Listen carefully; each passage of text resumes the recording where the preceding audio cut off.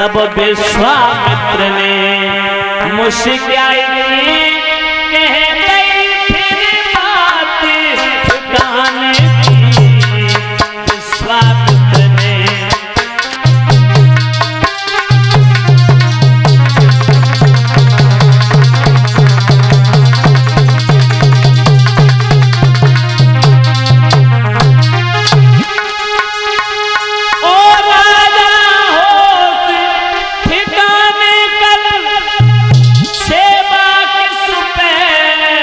करवाता है, बोले ये सेवक तेरा रहा नहीं, तू किस पर हुक्म चलाता है। ये सेवक तेरा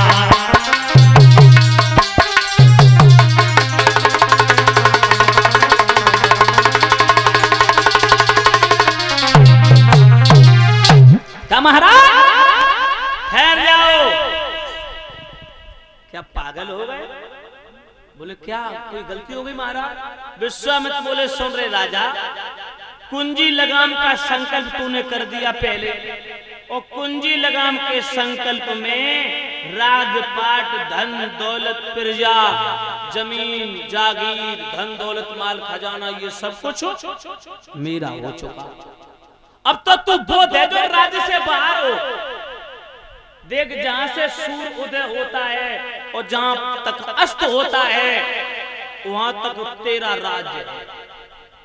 ये सारी जागीरी तेरे अंतर्गत आती है। और अब तू कुंजी लगाम का संकल्प कर चुका और कुंजी लगाम के संकल्प में सब कुछ मेरा हो गया।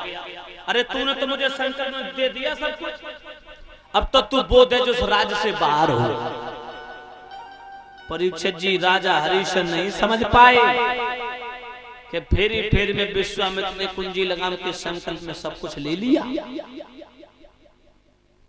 परीक्षित जी विश्वामित्र बोले सब कुछ चला गया, अब तू हमसे मना कर दिया, तू तो भिखारी हो गया, तेरे पास तो कुछ रहा नहीं। हरिश्चंद्र कहते प्रभु मैंने सोचा समझा नहीं, बिना सोचे समझे इतना बड़ा फैसला कर दिया। विश्वामित्र बोले बिना विचारे जो करे सो पाछे पछता, काम बिगाड़े आपनो जग में हुए आशा। बिना सोचे समझे संकल्प कर दिया, अब तू जाने तेरा काम। विश्वामित्र बोले देख अब दूसरा तो कोई रास्ता है नहीं, अब एक ही रास्ता है तेरे बचने का कि तू हमसे मना कर दे। अब परीक्षित जी विश्वामित्र ये सोच रहे राजा मना कर दे, और मना कर दे इसका धर्म खंडित हो जाएगा। अच्छा एक बात बताओ, महात्मन को क्या धन दौलत से मतलब होता है? परीक्षित जी विश्वामित्र को दौलत से मतलब थोड़ी था, वो तो ये सोच रहे कि राजा एक बार किसी तरीके से झूठ बोल दे कि साधु भूखो भाव को धन को भूखो ना,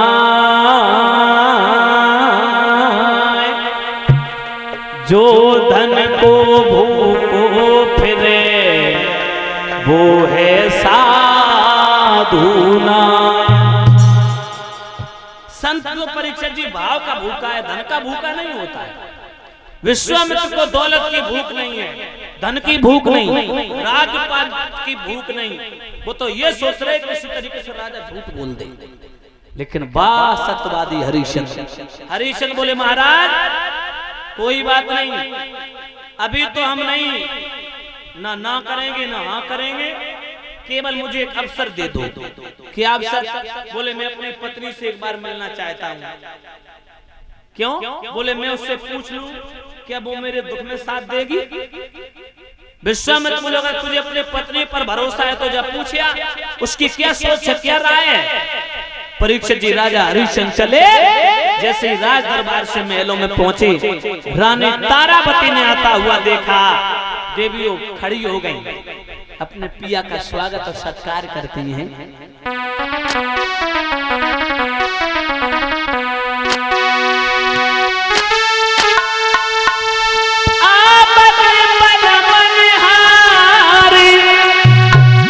उठी जब नारी के पलंग नवायो, ले पंखा ढो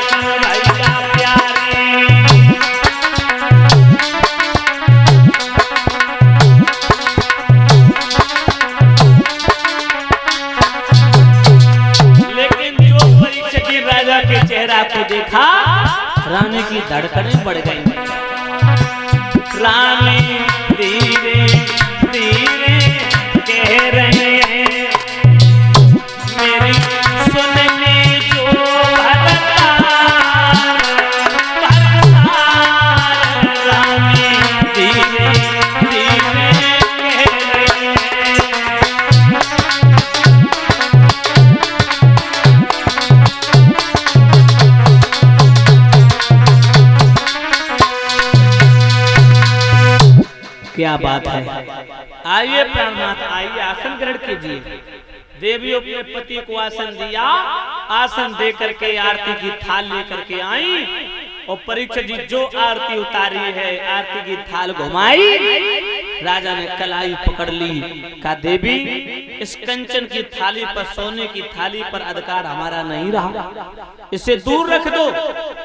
रानी बोली बात क्या है पिया, बात तो बताओ, क्या कोई आपत्ति आ गई, क्या प्रजा में कोई बीमारी फैल गई, या कोई संत महात्मा भूखा चला गया, या किसी अतिथि का अपमान हो गया।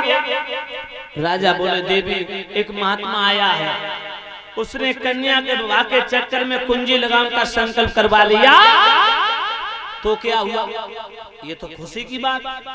राजा बोले बात तो ठीक है, लेकिन संकल्प पढ़ाई की दक्षिणा 60 भार सोना मेरे ऊपर, उसका ऋण है, वो कर्ज कैसे चुकाऊंगा। परीक्षित जी रानी बोली महाराज चिंता मत करना, मैं हूं ना, आप मुझे बेच लो। राजा बोले सच में तुम बिकने के लिए तैयार हो। बोले महाराज चिंता क्यों कर रहे, इस शरीर के ऊपर अधिकार आपका है। जिस दिन मेरे पिता ने शादी की, मेरा हाथ आपके हाथ में थमाया, उस दिन से शरीर आपका हो गया। रोहित आ गए, बोले पिताजी महात्मा बैठा, बोले राजा ने कर्ज नहीं दिया, क्या बात है। राजा ने सारी हकीकत बताई तो बेटा रोहितास बोला पिताजी आप मुझे बेच लो। धन्य ऐसी देवियों को परीक्षित, धन्य ऐसे सपूतों को। देखिए दोनों बेटा और रानी ने जवाब दिया महाराज आप हमें बेच लो। राजा बोले हम तुम तीनों प्राणी बिकने के लिए तो तैयार हो, लेकिन हम तुम तीनों को खरीदेगा कौन। बोले क्यों। बोले जहां से सूर्य उदय होता है और जहां अस्त होता है वहां तक राज हमारा ही तो है, मुझे कौन खरीदेगा, कहां बिकने जाओगे हमारा। परीक्षित जी रानी बोली महाराज चिंता मत करो, काशी जो है भगवान भोले बाबा ने उस नगरी का निर्माण अपनी इच्छा के अनुसार किया, जो तीनों लोगों से निराली बताई जाती है। हम तुम तीनों प्राणी काशी चल के बिक जाएंगे।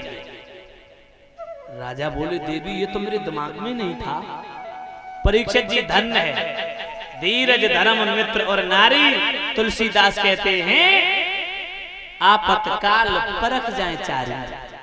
इन चारों की परीक्षा परीक्षित जी कब होती है, संकट में, आपत्ति में, विपत्ति में, मुसीबत में।